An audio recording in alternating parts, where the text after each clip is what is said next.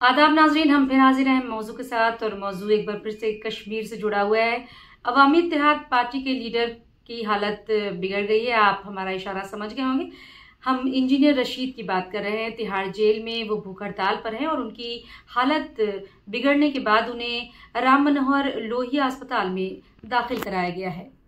इस मामले की इत्तला मिलते ही जम्मू कश्मीर के वज़ीर आला उमर अब्दुल्ला ने एक्स पर पोस्ट किया कि इंजीनियर रशीद की तबीयत खराबी का सुनकर दिल बहुत परेशान है। उन्होंने हुक्काम से इंजीनियर रशीद की बेहतर तरीके से देखभाल की गुजारिश की है।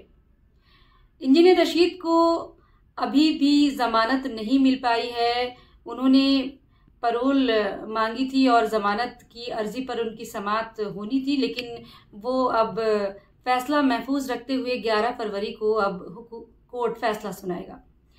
और इंजीनियर रशीद अपने जमानत न मिलने पर भूख हड़ताल पर तिहाड़ में बैठे हुए थे। 8वें दिन उनकी हालत बिगड़ने के बाद उनको अस्पताल में दाखिल कराया गया। अभी उनकी हालत ज्यों की त्यों बनी हुई है।